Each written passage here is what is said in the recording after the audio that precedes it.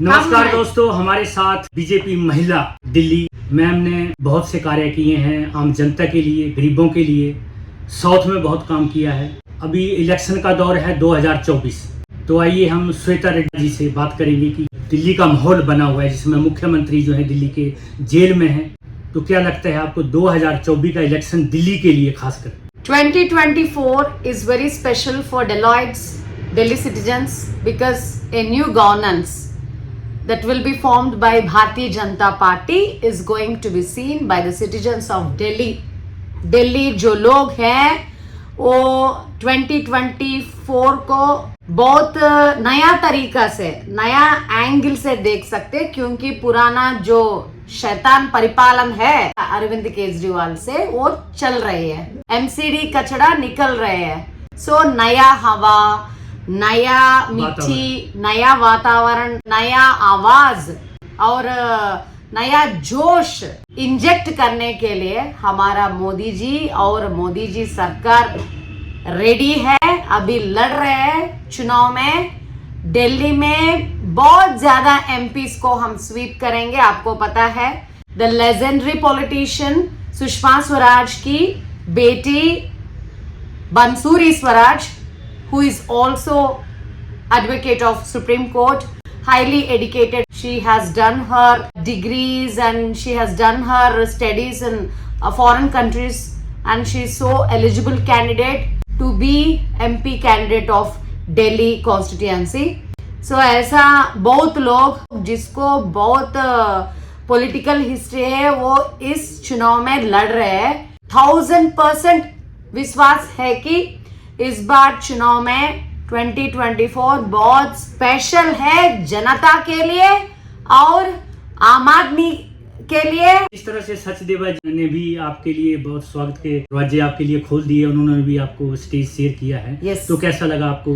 मेरे को बहुत बहुत अच्छा लगा। मैं इस वीडियो के द्वारा और न्यूज हंट बाय राज के द्वारा वीरेंद्र सचदेव भाई को बहुत बहुत प्रणाम बोलना चाहती हूँ, बहुत बहुत शुक्रिया बोलना चाहती हूँ। जिस समय मेरे को मौका दे दिया सीपी प्राचीन हनुमान मंदिर के पास, लास्ट संडे एक बहुत बड़ा मीटिंग हो गया भाजपा का, ऑलमोस्ट खत्म हो रहे है उस मीटिंग।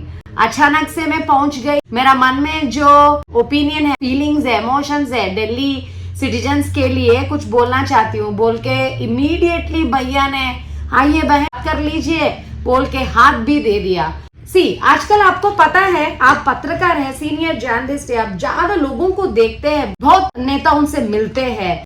भाजपा में बहुत संस्कार रहते हैं। हर नेता के पास संस्कार रहते हैं, मर्यादा रहते हैं, रेस्पेक्ट रहते हैं। पर्टिकुलरली महिलाओं को बहुत इज्जत देते हैं। वीरेंद्र सचदेव भैया is an inspiration personality to me because इतना आसान नहीं है एक महिला नेता को मौका देने का स्टेज के ऊपर बात करने के लिए। बहुत महान व्यक्तित्व के इंसान है। और पिछले दिनों आप अनुराग जी से भी मिली, तो कैसा लगा? हाँ, ये भी अचानक से हो गया, भगवान की कृपा। जिस दिन मोदी जी ने मोदी की गारंटी का एजेंडा बुक रिलीज किया, एक्चुअली उस समय जब मैंने अनुराग ठाकुर जी को मिला, उसी समय थोड़ा सी पहले मोदी जी भी है, लेकिन हमको अवकाश नहीं मिला, हमको अपॉर्चुनिटी नहीं मिला, थोड़ा लेट चली गई। बहुत जल्दी मिलेगा। जैसे ही आप राज्यसभा लोकसभा पहुंचेगी तो अवश्य आप सदन में जय श्री राम, बहुत अच्छे तरीके से आप बोलेंगी। और अनुराग ठाकुर जी का संस्कार और मान मर्यादा भी बहुत अच्छा लगा। तो बेसिकली हिमाचल के हैं और हिमाचल तो संस्कृति और सांस्कृतिक दोनों ही। No, I have been, since we are from South India, since we are from Telangana, I used to heard about Thakur ji when he was been working as a BCCI president. Yeah. And we are crazy about his height and we are crazy about his handsomeness. We were used to watch him in the television. ऐसा बहुत special चरिश्मा रहता है। And nowadays also public are very crazy about him. Thakur भैया is so grounded, मेरे को बहुत अच्छा लगा। और मैंने बात किया कि मैंने बोल दिया कि तिरुमल तिरुपति देवस्थानम बोर्ड मेंबर और सीनियर जर्नलिस्ट भी हूँ तेलंगाना का, और अभी भाजपा। बहन जी आपको बहुत प्रोफाइल्स है, मल्टी टैलेंटेड पर्सनालिटी। मैंने सोचा मेरे को पता नहीं कि आप इधर मिलते हैं, नहीं तो मैं फेलिसिटेट करने के लिए सोचा। नहीं नहीं नहीं, आप मिला, आप साक्षात महालक्ष्मी जैसा हमको मिला, ये बहुत फेलिसिटेशन है हमको बोल के निकल गया। और बहुत इंटेलिजेंट और टैलेंट से हैं, क्योंकि वो कभी भी देख के नहीं बोलते हैं। जब भी उन्होंने स्पीच दिया है, चाहे 1 घंटे की, उनके पूरा मन में और माइंड में रहती है। तो बहुत जल्दी हम अनुराग ठाकुर जी से भी मिलेंगे। और बहुत बहुत शुक्रिया अनुराग ठाकुर भैया for giving me such a wonderful opportunity to speak with you for 2 minutes. कोई बात नहीं है, 2 मिनट से ज्यादा भी मिल लेंगे। लेकिन अभी खास जो बात आपसे करनी है कि जिस तरह से दिल्ली की स्थिति है, सीएम अंदर हैं, डिप्टी सीएम अंदर हैं। अरे क्यों भाई, आपको क्या दर्द है? हर एक जर्नलिस्ट हमको मिलने के बाद बोलते दिल्ली सीएम अंदर है, दिल्ली डिप्टी सीएम अंदर है, मतलब आम आदमी पार्टी लोग अंदर है। अभी तो see when accused is the culprit is in the jail, those are been called as culprits according to the legal language. अभी क्यों बोल रहे हैं आप दिल्ली सीएम अंदर है, डिप्टी सीएम अंदर है? आप थोड़ा वो लैंग्वेज को चेंज करो, लीगली करो, culprits are there in the jail. Legally change कर रहे हैं वर्ड को। आखिर एक मुख्यमंत्री पहली बार हुआ कि वो जेल में गया है, क्या वजह है कि क्या देश में ये पहली बार नहीं है। तमिलनाडु में जब जयललिता मुख्यमंत्री थे, तब जयललिता डिस्प्रपोर्शनेट असेट्स केस में अंदर चला गए। ऐसा ज्यादा हिस्ट्रीज है राजनीति में। Arvind Kejriwal not only the first person who has been into jail as being a chief minister. Delhi की जो 7 सीटें हैं, क्या लगता है आपको पूरी बीजेपी जीत पाएंगी? हाँ पक्का। और फिर और एक बार मोदी जी सरकार, दिस टाइम दिल्ली में हमारा भारतीय जनता पार्टी सरकार फॉर्म हो जाएगी, ये बात पक्का है। और मैक्सिमम एमपी सीट्स को हम स्वीप करेंगे। नॉट ओनली दिल्ली, हमारा तेलंगाना में भी एमपी इलेक्शंस चल रहे हैं, चुनाव चल रहे हैं। Madhavi Lata already she is a known personality to the Delhiites and the nation's non familiar personality because she is contesting against Owaisi. बात ये है कि हैदराबाद में जो ओल्ड सिटी है वो छोटा सा पाकिस्तान बोलते, मिनी पाकिस्तान बोलते, मुस्लिम ज्यादा है, करप्शन ज्यादा है, इलीगल एक्टिविटीज ज्यादा है, क्रिमिनल कॉन्स्पिरेसीज ज्यादा है और पुलिस भी डरते हैं उस जोन में चलने के लिए। लेकिन आखिर ऐसा क्या है कि हम 1947 से अब तक और 2014 से खासकर अमित शाह जी गृह मंत्री बनते ही इस तरह की कोई बात नजर नहीं आनी चाहिए। वो खत्म हो जाना चाहिए वहाँ, अगर कहीं कोई अपना राज करना चाहता है। कैसा 370 को ला लिया मोदी जी, और कैसा बाबरी और राम जन्मभूमि खत्म किया, चैप्टर वाइज खत्म कर रहे हैं। कभी सोचा ये राम मंदिर के बारे में?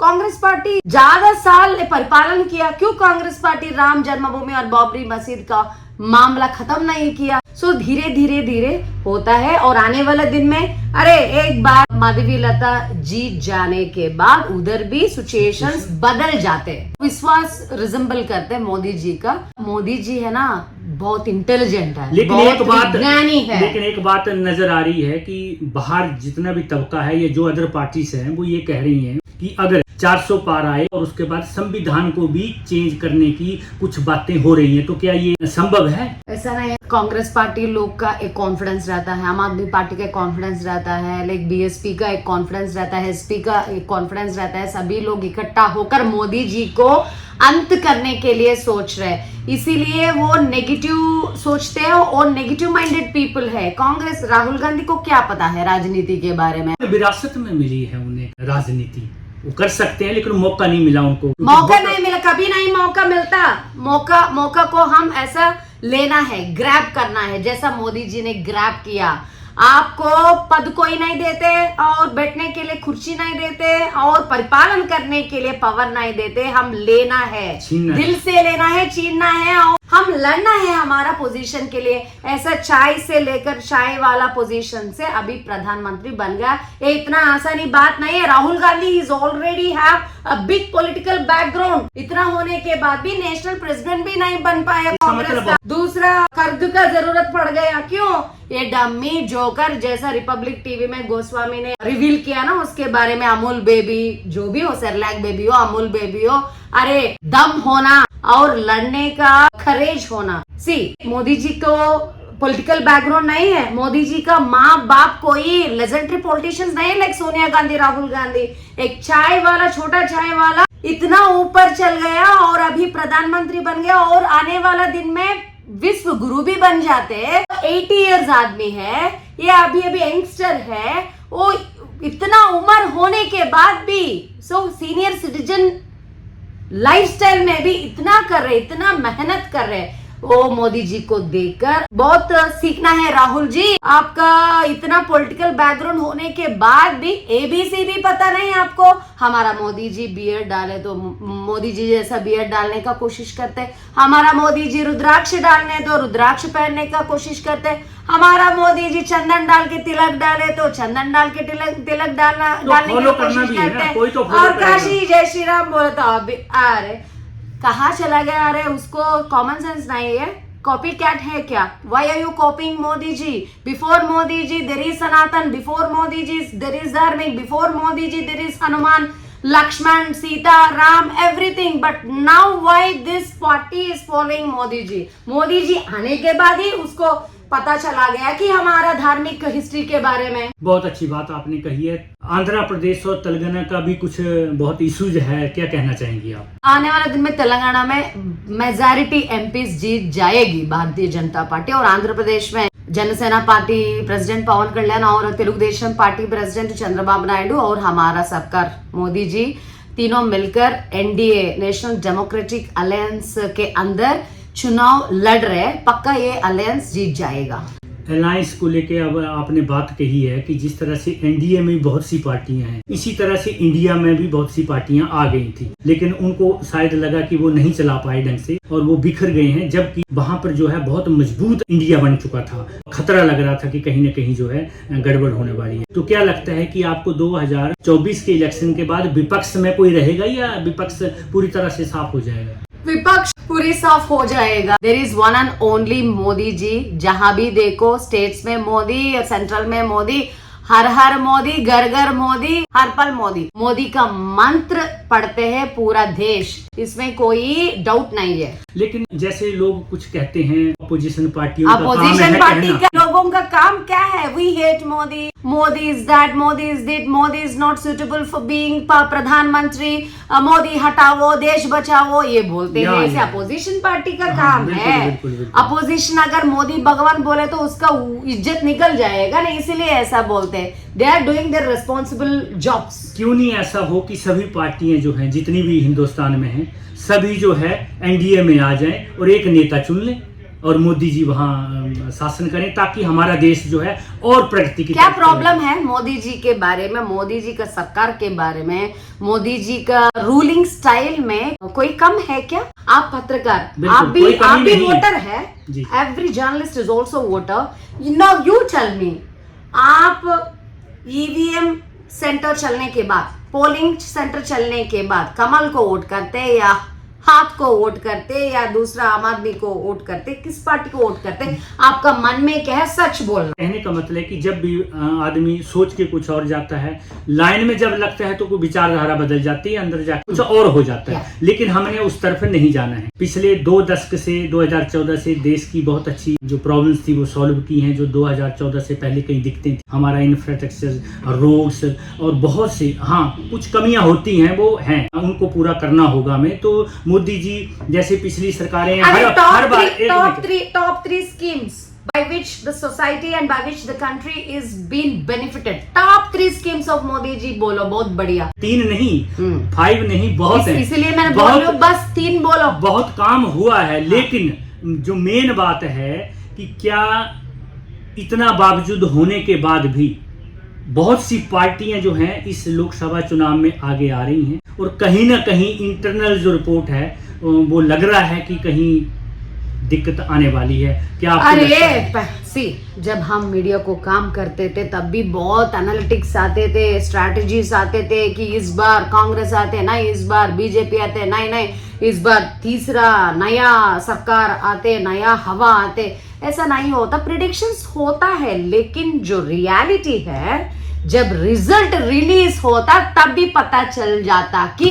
What is the power of Modi. आप लिख लो, आपका मन में लिख लो और दिमाग में लिख लो कि इस बार दिल्ली का सरकार भारतीय जनता पार्टी बनती है, और देश में जहां भी एमपी कॉन्स्टिट्यूएंसी, इसमें ऑल स्वीप करते हैं भारतीय जनता पार्टी। और Modi ji one man army है। इस देश को बचाने के लिए, इस देश को रक्षा करने के लिए, इस देशवासियों को प्रेम करने के लिए ये कि भगवान है, दैट इज मोदी जी। चलो, आपने भगवान की उपाधि दी है, बहुत बड़ी अच्छी बात है। बहुत से लोग जो हैं उनके ऊपर बुक लिख चुके हैं और उस बुक का नाम है युग पुरुष। उनको युग पुरुष की भी उपाधि मिली है, बहुत अच्छी बात है। राज भैया, मैं एक बात बोलूं, अगर मेरे बारे में बुक लिखने के लिए मैं पूछे तो आप लिखते क्या? नहीं। मेरे बारे में कविता लिखने के लिए पूछे तो आप लिखते क्या? नेचुरली। पैसे से या फोर्स से और पूछने से कोई लिखते नहीं। जब मन में फीलिंग आता है तभी लिखते। That is the real love towards Modi ji. Congress और जो भी अपोजिशन पार्टी लीडर्स है वो बोलते हैं जनता प्यार नहीं कर रहे हैं, जनता को नहीं चाहिए बीजेपी, जनता को मोदी सरकार नहीं चाहिए, जनता को आम आदमी पार्टी चाहिए। आम आदमी पार्टी बोलते हैं जनता को आम आदमी पार्टी चाहिए और कांग्रेस पार्टी बोलते हैं जनता को राहुल गांधी, राजीव गांधी चाहिए। 4 दिन पहले ऐसा नहीं है। Actually when public, as you told, when public get into the polling centre, when they are in front of the EVM machine, then एक पल सोचते रियलिटी क्या है, हम किसको वोट करना है, वोट करने के बाद इसका कॉन्सिक्वेंस, इसका इफेक्ट देश के ऊपर कैसा रहता है, सोच समझ के हर एक एजुकेटेड पर्सन, मैं प्रॉमिस कर रही हूँ, हर एक एजुकेटेड पर्सन सोच समझ के कमल को वोट डालते हैं। लेकिन फिर भी बहुत सी पार्टियां ऑब्जेक्शन कर रही हैं कि ईवीएम को हटा के जो है जैसे पुराना सिस्टम था ऐसा क्यों नहीं हो रहा है, अरे क्यों नहीं जब सभी प्रोसेस का वो प्रोसेस, जब वो प्रोसेस चलती थी, कुछ लोग ने बोला ये गलत है, वो ज्यादा लोग आके एक बंदे 10 वोट डाल रहे एक ही फैमिली से बोल के रिगिंग होते थे और हटा दो। असेंबली सिस्टम में, विधानसभा सिस्टम में और लोकसभा सिस्टम में। ओके, वो होने के बाद क्या होगा, ठीक है हम ईवीएम मशीन्स इंट्रोड्यूस करेंगे, ईवीएम में कुछ नहीं होता और हैकिंग भी नहीं होता, ऑल्टर भी नहीं होता, कुछ नहीं होता बोला। सी, जो भी सिस्टम है जितने तक हम प्रोटेक्ट कर सकते उतने तक हम प्रोटेक्ट कर सकते। कि अचानक से कुछ नेचुरल डिजास्टर आते, हैवी तूफान आते या हैवी भूकंप आते, कोई प्रिडिक्ट कर सकते क्या? सी, कोरोना जैसा natural disaster, emergency, natural emergency आने के पहले कोई एस्ट्रोलॉजर प्रिडिक्ट किया क्या? कोई साइंटिस्ट प्रिडिक्ट किया क्या कि आने वाले दिन में एक बहुत बड़ा वायरस पूरा प्रपंच को नाश करेगा कि बोल के कोई एनालाइज किया क्या? ऐसा नहीं होता। जो भी सिस्टम हो प्लस और माइनस सब चीजों में रहता है। मैडम के पास क्वालिटीज हैं, लेकिन बस थोड़ा सा निचला जो एक तबका है उसमें मैम काम में लगी हुई हैं, जन जन तक पहुंच रही हैं, उनको जागरूक कर रही हैं कि किस तरह से 400 पार किया जाए और तीसरी बार प्रधानमंत्री मोदी जी जो है सब चले। तो दोस्तों बहुत बहुत धन्यवाद। हमारे साथ श्वेता रेड्डी। तो और आपका हिमाचल में क्या बोलते हैं? मोदी जी को वोट करो बोलने के लिए साथियों में हिमाचल। हाँ, आप हिमाचल वासियों के लिए भी मैसेज दे सकती हैं कि कैसा बोलना। आप अपनी भाषा में बोल सकती हैं कि सारे हिमाचल वाले जो बहुत बहुत बधाई और सारे वोट जी ऐसे बीजेपी जो देना, ताकि जो है बीजेपी के सारे एमपी वहाँ के जीत के यहाँ आए। और ठीक है, आप जैसा मैं बोल नहीं पाती लेकिन तेलुगु में बोलती हूँ कि हमारा तेलंगाना तेलुगु में अंदरू तप्पकुंडा मोदी जी की कमल की वोट वेयंडी। इसका मतलब क्या है कि please vote for Modi ji और एक बार मोदी सरकार। जय बीजेपी, जय मोदी, जय हिंदुत्व, जय श्री राम, जय श्री राम।